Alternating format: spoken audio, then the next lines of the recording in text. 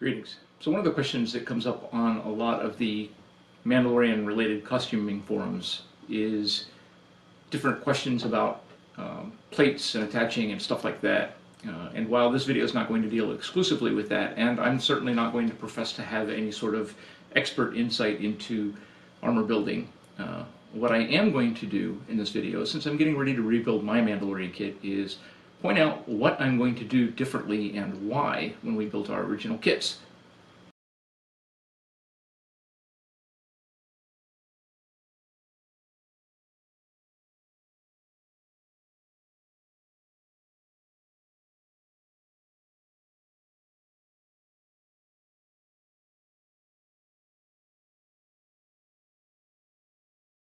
So these are the vest and armor plates from my wife and I's first approved OM costumes. This one's mine, as you probably guessed. The plates are all made out of 16 gauge aluminum on mine. I rolled the edges over so that they looked thicker than they really are, but they were still real lightweight and easy to wear. On my wife's, I've backed the aluminum plates with craft foam and sealed the edges so that they would take paint, and again, to give them the appearance of being much thicker plates than they really are while maintaining a nice lightweight material. We attached the plates to a duck cloth vest. This was my wife and I's kind of early adventure into sewing, and neither of us had really had a lot of experience with it, so we kind of did the best we could, and it worked out.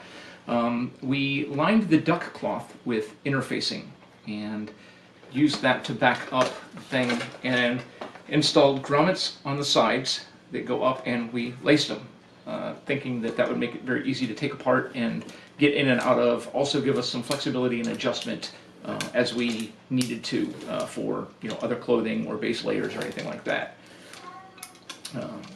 They're laced up the side with shoelace, but one of the convenient things about doing that with the side pieces being separatable is that you can unfold the vest so that you can work at it from the back.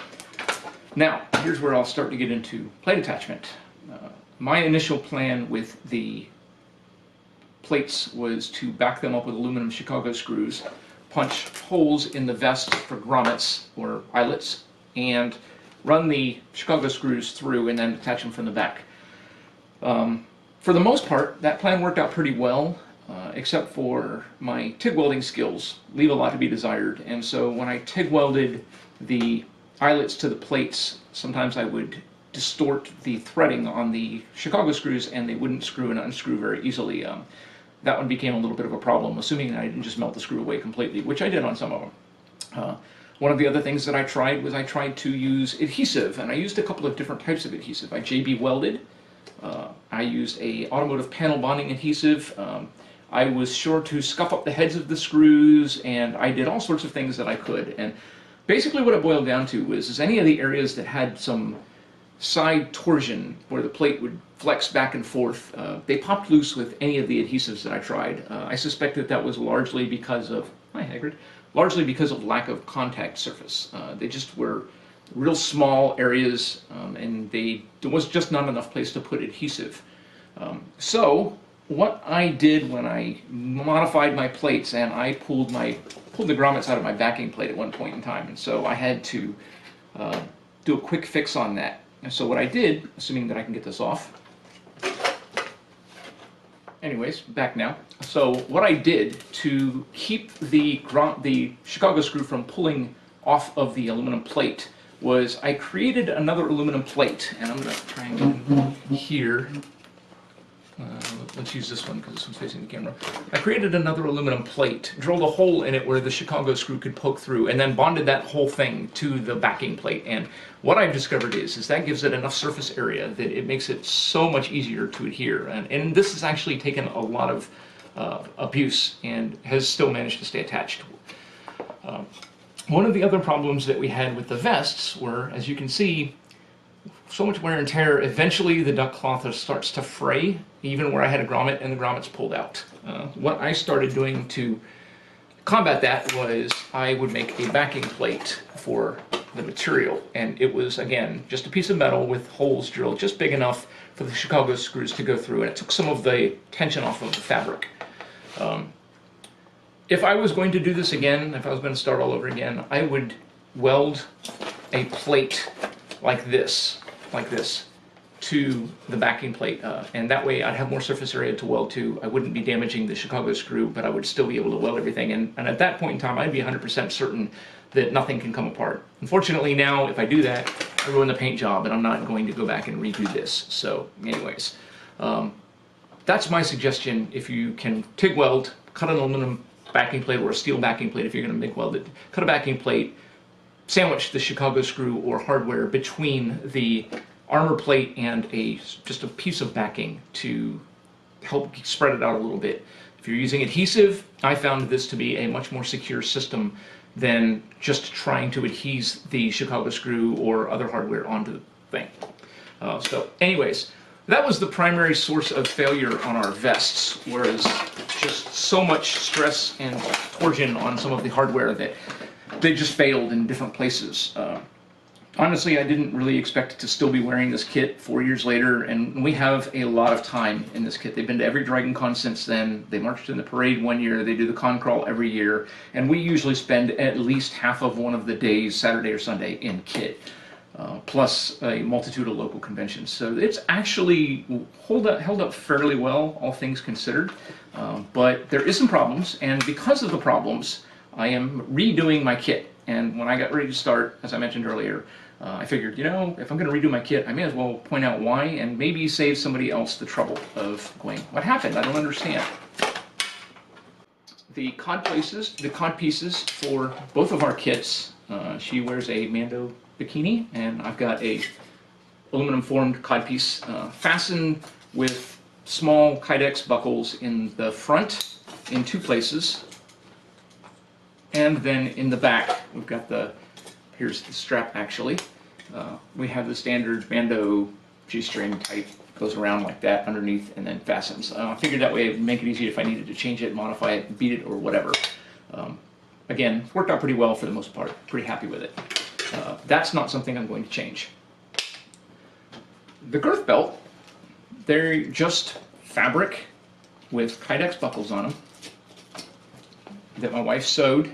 She put a couple Velcro strips in hers to hold it in place, and then she took craft cord that she bought at Hobby Lobby or Michael's, I don't remember which one it was, and just laid it out into a thing and put stitches every 6 to 8 inches, and then stitched the ends and covered them up with more cloth, made a place for the buckles, and that's how they fasten. There's a little bit of adjustability on them, perhaps not quite as much as we want, and we have ours so they fasten in the back like most of the rest of them. And it covers the bottom of the thing, and then we put our regular gun belts on top of those. The gun belts were just basic simple leather with holsters and mostly wooden and aluminum blasters that I fabricated quick, fast, in a hurry to try and get something that was approvable and done and ready to go for Dragon Con. I made it just in time for hers, mine not so much. I didn't get approved until shortly after Dragon Con. She actually made that Dragon Con with approvable. Our right gauntlets were just standard aluminum clamshells. They were pretty boring, racing stripes.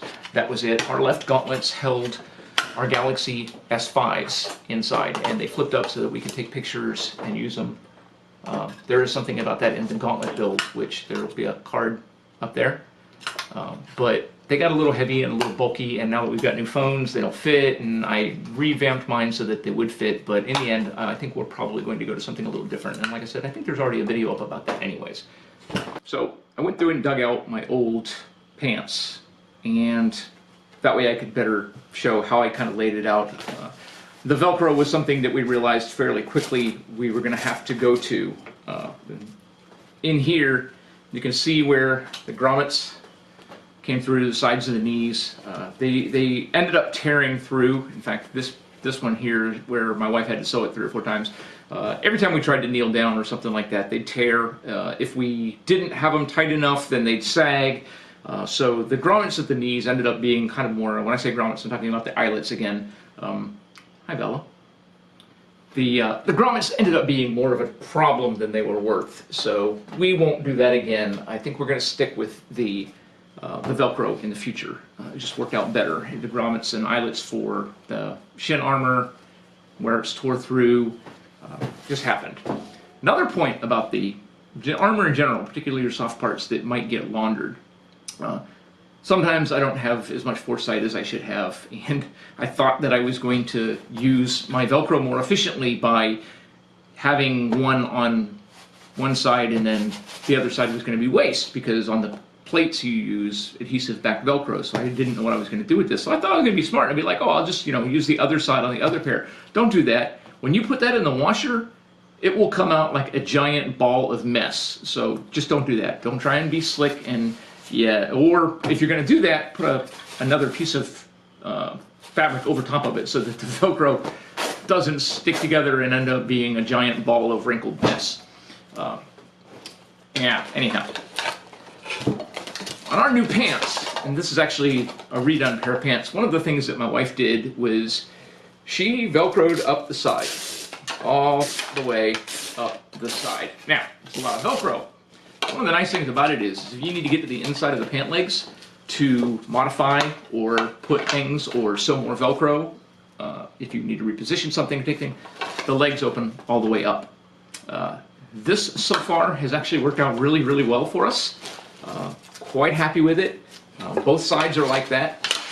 So, like I said, time to modify anything. And when we were putting them together, we put them together roughly with a couple of safety pins and stuff like that, figure out where the plates were, tack them all up, and then open them up, and she could sew them with the machine, because hand sewing sucks.